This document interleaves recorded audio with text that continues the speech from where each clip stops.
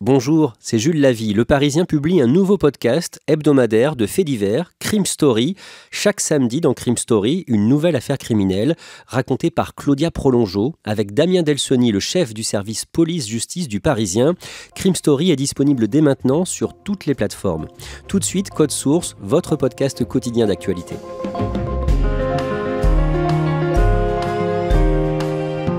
Johnny Hallyday est mort il y a 5 ans, le 5 décembre 2017. Mais le chanteur est encore dans l'actualité avec une exposition qui lui est consacrée à Bruxelles et dont le Parisien a parlé le 19 décembre. Code Source avait déjà raconté la guerre familiale autour de son héritage, mais aujourd'hui, nous avons voulu retracer sa vie, son parcours, pour essayer de comprendre comment Johnny est devenu un mythe. Récit d'Emmanuel Marolle, chef du service culture du Parisien, épisode 1 sur 2.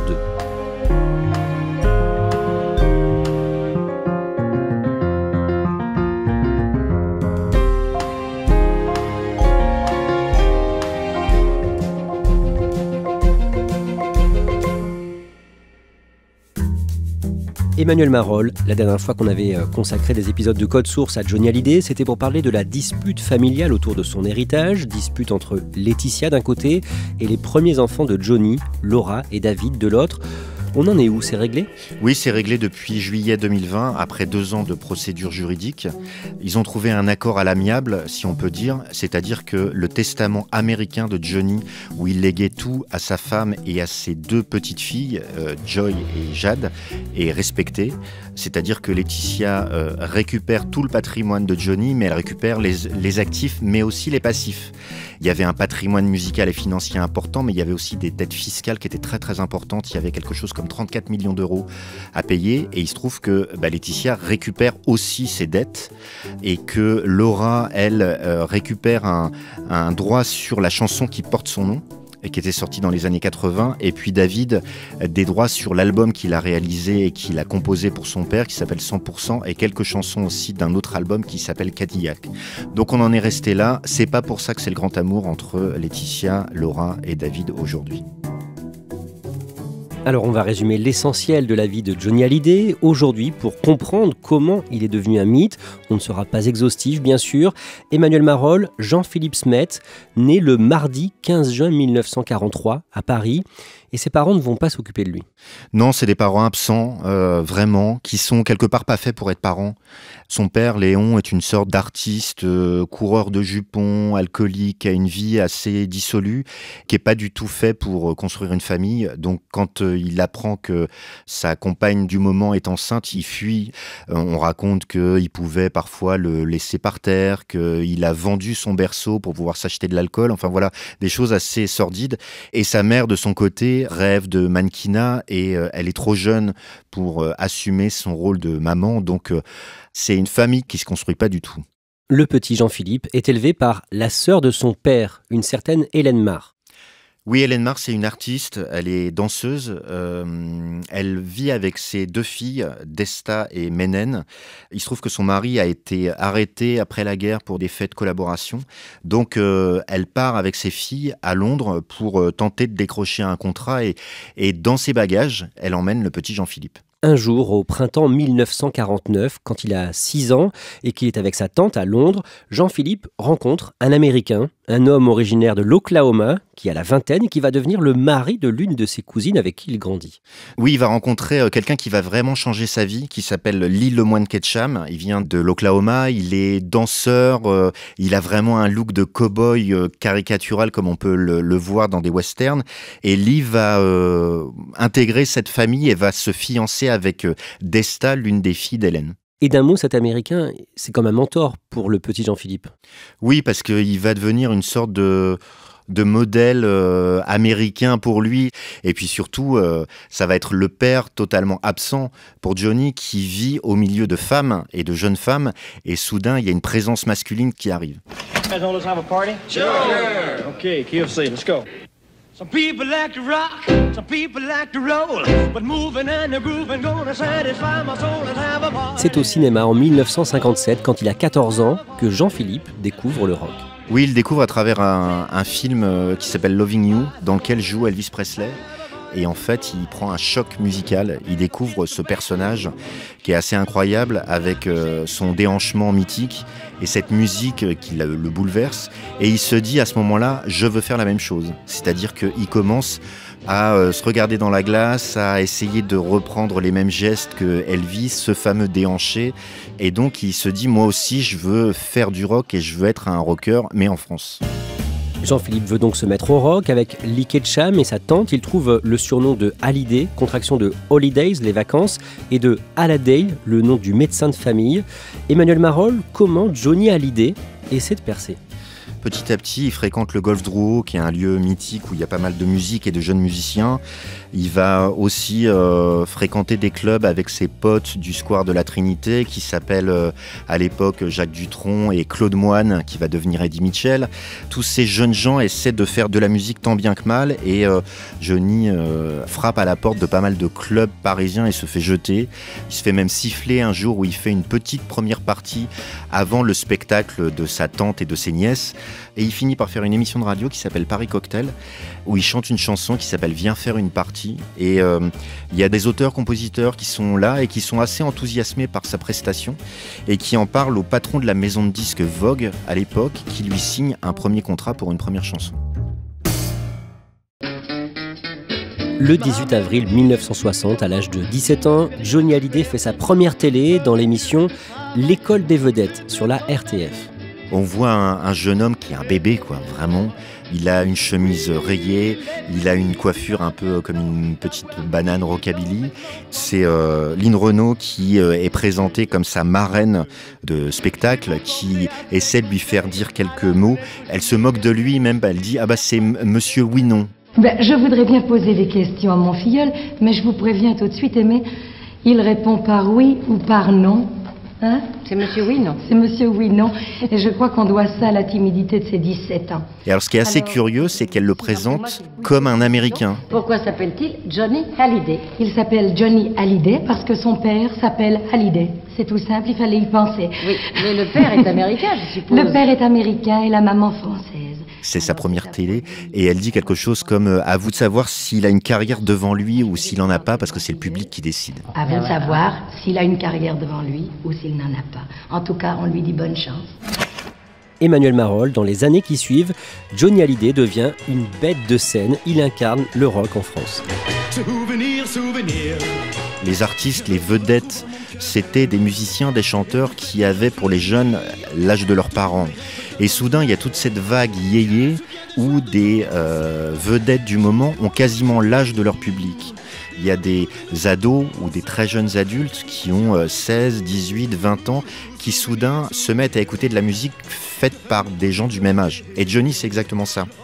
Donc il arrive avec des chansons assez légères, rythmées, insouciantes, comme Souvenir, Souvenir, Pour moi la vie va commencer, Retiens la nuit. Retiens la nuit pour nous deux jusqu'à la fin du monde. Et c'est des choses qui sont extrêmement jouées sur les radios. Il commence à faire beaucoup de concerts, les tournées virent à l'émeute. Il est invité par le général de Gaulle à chanter pour le Noël de l'Élysée. Enfin, ça devient totalement hors norme pour lui.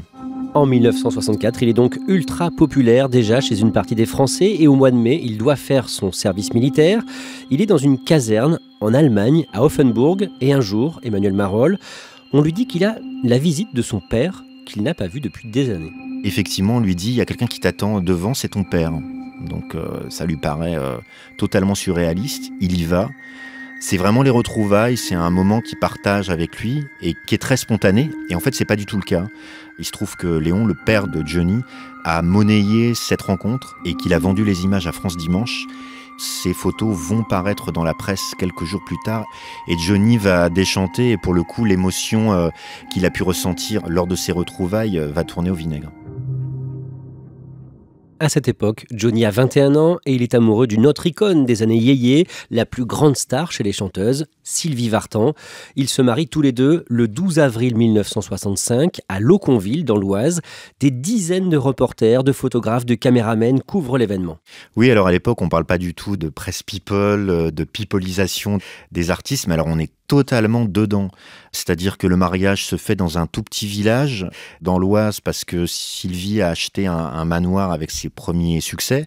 C'est le délire total. Il y a des photographes, des caméramans qui grimpent sur les toits, qui essaient de rentrer dans des maisons pour pouvoir avoir une image, un plan idéal sur eux qui sortent de la mairie. Je crois qu'ils mettent un temps fou à passer de la mairie à l'église. Ça prend des dizaines et des dizaines de minutes alors que c'est un village de 300 habitants. Enfin, c'est totalement surréaliste et quelque part, ça va leur gâcher leur mariage vraiment qu'ils voulaient assez simple. En la mairie de Loconville et dans la plus stricte intimité, Sylvie Georges Vartan, dans une robe d'organdi qu'elle n'a pas cousue point par point, va prendre pour légitime époux Jean-Philippe Léo Smet, plus connu sous le nom de Johnny Hallyday. Actuellement militaire en Allemagne, Jean-Philippe Smet a obtenu une permission spéciale. Johnny et Sylvie vont signer ensemble leur premier contrat. Comme la mairie, l'église s'est révélée beaucoup trop petite pour accueillir les amis du couple et les curieux, amateurs ou professionnels. Monsieur et Madame Smet ont mis presque 20 minutes pour rejoindre leur voiture. Sylvie a manqué périr étouffée. Johnny a failli perdre son calme. Il leur faudra encore beaucoup de patience avant de pouvoir partir pour une destination enfin inconnue. Le 14 août 1966, Sylvie Vartan donne le jour à leur fils David. Il y a des images qu'on peut retrouver aussi assez étonnantes de Johnny qui est en tournée à ce moment-là, qui est arrivé à toute vitesse pour voir son bébé et qui repart aussi vite sur un prochain concert. On voit qu'il a une toute petite mine, qu'il est fatigué, qu'il est heureux, mais en tout cas qu'il est dans un tourbillon où tout se mélange. Comment va Sylvie d'abord? Sylvie va bien, elle est très fatiguée, elle dort pour l'instant, mais elle va bien. Elle a eu un accouchement difficile, je crois, non? Oui, assez difficile, assez pénible. Oui. Bon, et l'enfant? Lui, il se porte, c'est le plus fort de tous, je crois. Le plus fort de tous, combien fait-il? Combien pèse-t-il? 3,50 kg. Bon, alors le prénom, c'est donc David, il n'y a pas de problème. Oui. Et ça s'est passé comment? Comment vous l'avez appris, justement? Bien, moi, je l'ai appris, moi, je suis sorti de scène. J'étais à 50 km de Milan. En Italie, à Milan? Oui. Quand ça, hier? Oui, cette nuit, enfin, la dernière. Et puis, voilà. Je sais que Sylvie est fatiguée, maintenant. Vous repartez, vous ne restez pas à son chevet? Malheureusement, non, je chante ce soir à Venise. Il faut partir tout de suite, alors? Oui, j'ai un avion, c'est pour ça. Oui. Bon, écoutez, on vous laisse. Heureux papa, bien sûr. Merci, au revoir. Et merci. Merci. À cette période, Johnny mène une vie d'excès. Oui, c'est compliqué pour lui de gérer tout ça, c'est-à-dire qu'il a un succès colossal et il mélange amphétamine, alcool, nuit blanche, fêtes interminables après les concerts. Et il y a un moment où il craque, il va faire une tentative de suicide parce que ça se passe pas bien avec Sylvie Vartan qui a déjà demandé le divorce. Et il y a un moment où il est chez lui à Neuilly, dans sa salle de bain, il se regarde dans la glace et il avale des barbituriques. Et son secrétaire de l'époque, Tiki Olgado, et son attaché de presse, Gilles Paquet, vont le retrouver inanimé. Et son attaché de presse va vouloir communiquer habilement sur cet événement en parlant de suicide par amour. Au début des années 70, Johnny Hallyday a une histoire d'amour courte, passionnelle et destructrice avec une chanteuse américaine. Oui, elle s'appelle Nanette Workman. C'est une de ses choristes sur une tournée qui s'appelle Johnny Circus 1972 et qui porte bien son nom parce que c'est le grand n'importe quoi. Ils prennent beaucoup de cocaïne ensemble avec Nanette Workman. Ils s'amusent à des jeux très dangereux comme une vraie roulette russe. Il va à un moment s'effondrer sur scène à Alençon en 1974, totalement épuisé. Il y a un de ses fans qui est blessé par balle dans un concert à Marseille quelques mois auparavant. Enfin, il y a quelque chose d'assez électrique dans tous les sens du terme autour de Johnny à ce moment-là. Est-ce qu'il y en a un seul ici ce soir qui peut se me dire en face quand l'amitié n'a jamais été déçue? Est-ce qu'il y en a un seul parmi vous ce soir qui puisse venir me voir et me dire en face qu'en amour il n'a jamais été déçu? Emmanuel Marolles, Johnny Hallyday a publié entre les années 60 et 70 24 albums studio avec des pépites, des tubes gravés dans les têtes et les cœurs de nombreux Français. Il y a toujours des chansons qui, aujourd'hui, résonnent instantanément pour les gens. Des titres comme Le bon temps du rock'n'roll, comme Gabriel, comme J'ai oublié de vivre, qui est une chanson absolument fantastique. À force d'être indien, Hells Angels ou bohème, l'amour dans une main et dans l'autre la haine. J'ai oublié de vivre, j'ai oublié de vivre. Et ces chansons-là, il va les intégrer dans son répertoire et elles le quitteront jamais. Au début des années 1980, la carrière de Johnny patine. Oui, c'est un peu plus compliqué au début des années 80. Les albums passent pas inaperçus, mais presque. Après, sur scène, là, il se fait vraiment remarquer. Il fait toujours des shows ultra spectaculaires avec des entrées en scène complètement démentes, des motards et des motos sur scène. Il y a un moment un ring de boxe. Enfin voilà, il se passe plein de choses entre la fin des années 70 et le début des années 80. Mais effectivement, sur disque, c'est moins enthousiasmant. Au niveau sentimental, en 1982, il rencontre une actrice dont il tombe amoureux, Nathalie Baye. Nathalie Baye, c'est une comédienne qui a fait déjà beaucoup de films, qui a tourné avec François Truffaut, qui est, on va dire, plutôt issue d'un milieu d'intello. Et ils vont se rencontrer dans une émission de télé, les fameuses émissions de Mariti et Gilbert Carpentier, qui ont rythmé les années 70 et le début des années 80. Et souvent, les artistes se mettaient en scène dans ces émissions. Et là, on lui demande de jouer à un moment une séquence où il est détective. Et quelqu'un doit lui donner la réplique. Et Philippe Labro, journaliste, écrivain, qui a aussi signé des textes pour Johnny Hallyday, souffle au Carpentier le nom de Nathalie Baye. Johnny et Nathalie Baye se connaissent pas. Et en fait, c'est un coup de foudre du côté de Johnny parce qu'il invite tout de suite Nathalie Baye après l'enregistrement de cette émission à dîner. Il vient la chercher en limousine, etc. Et donc, à partir de là, commence une grande histoire d'amour entre eux. Emmanuel Marolles, en 1985, Johnny Hallyday fait appel au chanteur, pianiste et compositeur Michel Berger pour un nouvel album. Oui, et ça, c'est grâce à Nathalie Baye qui a envie de voir Johnny travailler avec d'autres gens, rencontrer d'autres personnes. Ils vont notamment tourner ensemble Détective sous la direction de Jean-Luc Godard. Et Nathalie Baye connaît très très bien France Gall et donc Michel Berger. Et elle souffle le nom de Michel Berger à Johnny en disant « tu devrais le rencontrer, peut-être qu'il y a un truc à faire ensemble ». Et ils font un album ensemble qui est vraiment un des classiques du répertoire de Johnny qui s'appelle Rock'n'Roll Attitude. Il y a cette fameuse chanson « Quelque chose de Tennessee » en hommage à l'écrivain Tennessee Williams.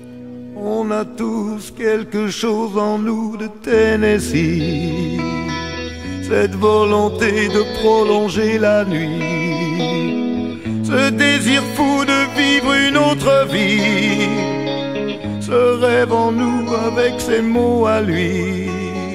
Côté cœur, Johnny Hallyday s'est séparé de Nathalie Baye 2 ans après la naissance de leur fille, Laura. Et en 1994, à Miami, il tombe amoureux d'une jeune mannequin. Lui a la petite cinquantaine, elle la petite vingtaine, et elle s'appelle Laetitia Boudou.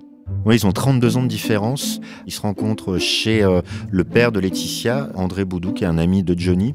Ils commencent à se fréquenter. Alors, à l'époque, la vie personnelle de Johnny est assez dissolue.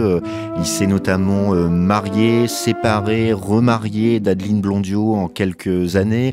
On a vu quelques jeunes femmes à ses côtés, mais ça n'a pas duré très très longtemps. Et donc, en voyant arriver la toute jeune Laetitia Boudou, tout le monde se dit, bon, bah, ça va encore durer 6 mois. Et pas du tout, ça sera la dernière femme de Johnny. Ils vont se marier. Et ce qui est important, c'est que Laetitia a réussi à créer un vrai cocon familial pour Johnny qu'il n'a jamais eu. Il avait eu cette histoire avec Sylvie Vartan et la naissance de David. Il y a eu l'histoire avec Nathalie Baye et la naissance de Laura. Mais finalement, ça n'a pas duré si longtemps que ça. Et là, avec Laetitia, ils arrivent à créer une vraie famille. Ils adoptent 2 petites filles, Jade et Joy, au Vietnam. Et ils resteront ensemble jusqu'au bout. Merci Emmanuel Marolles. Dans le prochain épisode, on va évoquer son concert de Las Vegas, concert jugé raté par les fans en 1996, sa marionnette au Guignol de l'Info, ou encore son concert géant le 14 juillet 2009 devant la Tour Eiffel, et bien sûr ses dernières années et ses obsèques nationales à la Madeleine en 2017. 2e et dernier épisode de ce podcast à retrouver sur leparisien.fr et toutes les plateformes d'écoute. Code Source est le podcast quotidien d'actualité du Parisien. Vous pouvez nous écrire, codesource podcast@leparisien.fr. Cet épisode a été produit par Raphaël Pueyo, Thibault Lambert, Clara Garnier-Amouroux et Emma Jacob. Réalisation Julien Moncouquiol.